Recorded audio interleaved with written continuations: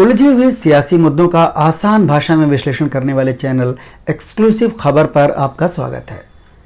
आज एक बार फिर हम एक महत्वपूर्ण विषय का विश्लेषण आपके सामने लेकर आए हैं, जिसे हम एक बड़ी अहम तस्वीर के जरिए आपके सामने पेश करेंगे। मैं हूं विजय, नमस्कार। पैरों के नीचे से जमीन खींच लेने की कहावत तो आपने खूब सुनी होगी, अब उसका जीता जागता उदाहरण भी देख लीजिए। बिहार में मुख्यमंत्री नीतीश कुमार के नीचे से उनकी सत्ता की ताकत प्रधानमंत्री नरेंद्र मोदी ने किस तरह खींच ली है, आज हम आपको सबूत के साथ दिखाएंगे। नीतीश कुमार तो डबल इंजन का मजा ले रहे थे। तेजस्वी यादव और उनकी पार्टी आरजेडी से नाता तोड़कर नरेंद्र मोदी और उनकी भारतीय जनता पार्टी के साथ सत्ता की मलाई खा रहे थे। नीतीश की नजर सामने खड़े तेजस्वी यादव पर थी। तेजस्वी के तमाम दांव पेच पर थी। सत्ता हासिल करने के लिए तेजस्वी क्या रणनीति बना रहे हैं, नीतीश का ध्यान उन रणनीतियों की काट निकालने पर लगा था। और इधर नीतीश कुमार के बगल में बैठे मोदी जी ने सत्ता की थाली ही नीतीश के सामने से सरका ली, उसे अपने कब्जे में कर लिया। वक्फ बोर्ड कानून तो बहुत बाद की बात है। नरेंद्र मोदी और उनके चाणक्य अमित शाह ने बिहार की सत्ता की चाबी अपने कब्जे में करने के लिए काफी पहले से बिसात बिछानी शुरू कर दी थी, और इसका जरिया भी नीतीश बाबू को ही बनाया। ये वही वक्त था जब नीतीश कुमार 2024 के लोकसभा चुनाव से ठीक पहले जनवरी 2024 में तेजस्वी का साथ छोड़कर मोदी जी के साथ आए थे। उस वक्त नीतीश कुमार को जरा भी एहसास नहीं था कि इंडिया गठबंधन के लिए दिल्ली की सत्ता का सजा हुआ थाल, वो जिसकी खातिर इंडिया गठबंधन के सामने से खींच रहे हैं, वही नरेंद्र मोदी दिल्ली के तख्त पर तीसरी बार बैठते ही नीतीश की सत्ता उनके सामने से उड़ा ले जाएंगे और नीतीश कुमार को इस हाल में लाकर खड़ा कर देंगे। आप हैरान हो रहे होंगे, लेकिन मत होइए, हम आपके लिए सबूत लेकर आए हैं।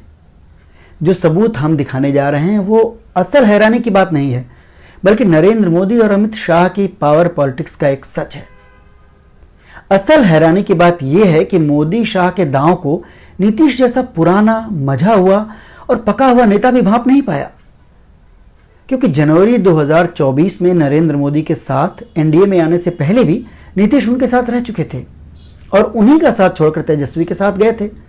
यानी एक बार पहले भी नीतीश कुमार नरेंद्र मोदी वाली बीजेपी के खतरे को देख चुके थे। वो खतरा पार्टी को लेकर ही था। नीतीश कुमार उद्धव ठाकरे की एकजुट शिवसेना और शरद पवार के एकजुट एनसीपी का अंजाम भी देख चुके थे। इसके बावजूद उन्होंने नरेंद्र मोदी और उनकी पार्टी बीजेपी का हाथ फिर थामा तो हर कोई हैरान हुआ। नीतीश के दामन पर पलटू राम का दाग और गहरा हो गया।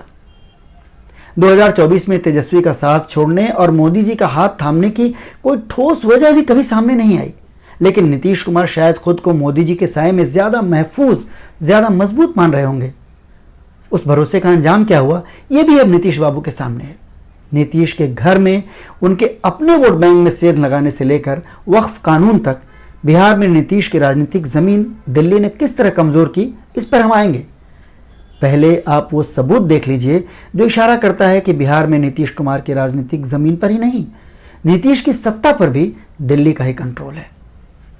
अब जरा इस तस्वीर को आप ध्यान से देखिए, पूरा मन लगाकर देखिए। बीच में कुर्सी पर विराजमान नीतीश कुमार के उप मुख्यमंत्री सम्राट चौधरी हैं, जो मोदी जी के कोटे से हैं। सम्राट के बगल में केंद्रीय मंत्री ललन सिंह बैठे हैं।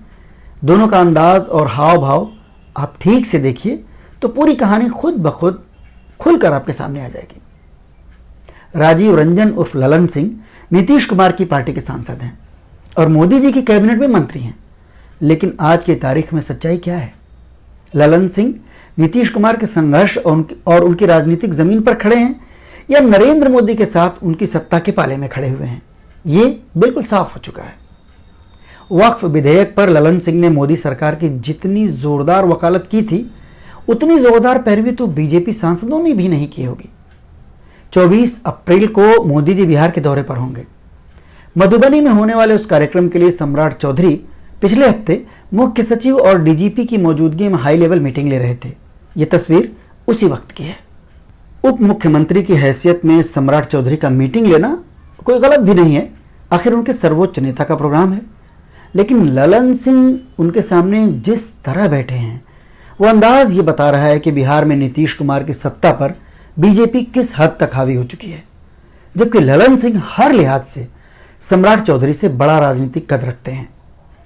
ऐसी महत्वपूर्ण मीटिंग की अध्यक्षता नीतीश कुमार का नहीं करना भी सवाल खड़े करता है कि क्या उन्होंने सब कुछ बीजेपी के हवाले कर दिया है।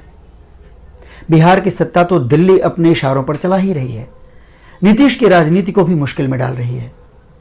वक्फ कानून पर नरेंद्र मोदी के साथ खड़े होकर नीतीश कुमार ने किस तरह अपने पैरों पर कुल्हाड़ी मारी है, या फिर यह कहें कि कुल्हाड़ी पर ही अपना पैर दे मारा है, यह बहुत साफ हो चुका है। वक्फ बिल पास होकर कानून बनने के बाद से ही हर रोज नीतीश की पार्टी से थोक भाव में नेता इस्तीफे दे रहे हैं। नीतीश या जेडीयू के बड़े नेता ये दलील दे सकते हैं और दे भी रहे हैं कि पार्टी छोड़ने वाले नेता कोई बड़े कद के लोग नहीं हैं, उनके जाने से पार्टी को कोई खास नुकसान नहीं होगा। लेकिन इस तरह की दलीलों पर सिर्फ हंसा ही जा सकता है। निचले स्तर पर और बूथ लेवल पर वोट बैंक को साधने का काम किसी भी राजनीतिक दल में दूसरे और तीसरे लेवल के नेता ही करते हैं, उन्हीं को कैडर कहा जाता है। वैसे भी मुस्लिम समाज वक्फ कानून के मुद्दे पर बीजेपी को छोड़ एनडीए के सभी दलों के खिलाफ आंदोलन छेड़े हुए है, जिन्होंने कानून बनने में नरेंद्र मोदी सरकार का समर्थन किया। मोदी की राजनीति ने नीतीश को सिर्फ इस एक जगह मुश्किल में नहीं डाला है। आपको याद होगा कि पिछले दिनों कैबिनेट विस्तार में किस तरह सिर्फ बीजेपी कोटे के ही मंत्री शामिल हुए और गठबंधन की नीतीश सरकार में बीजेपी की ताकत करीब 1.5 गुनी हो गई।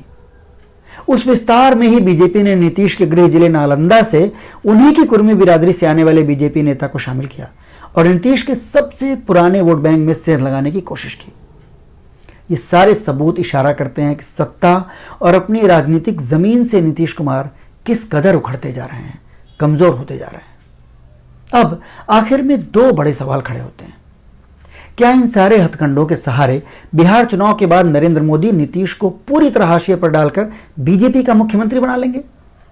और दूसरा सवाल, जो पहले सवाल से भी ज्यादा अहम है, कि क्या नीतीश के साथ ऐसा करके नरेंद्र मोदी और अमित शाह की कोई रणनीति बिहार में कामयाब हो सकेगी? नीतीश चुनाव के वक्त क्या हिसाब बराबर नहीं करेंगे? इन सवालों के पुख्ता जवाब हम फिर किसी वीडियो में तलाशेंगे। फिलहाल तो हमें बड़ी बेसब्री से तलाश है आपके समर्थन की। एक्सक्लूसिव खबर चैनल को जरूरत है आपके सुझावों की, आपकी प्रतिक्रियाओं की।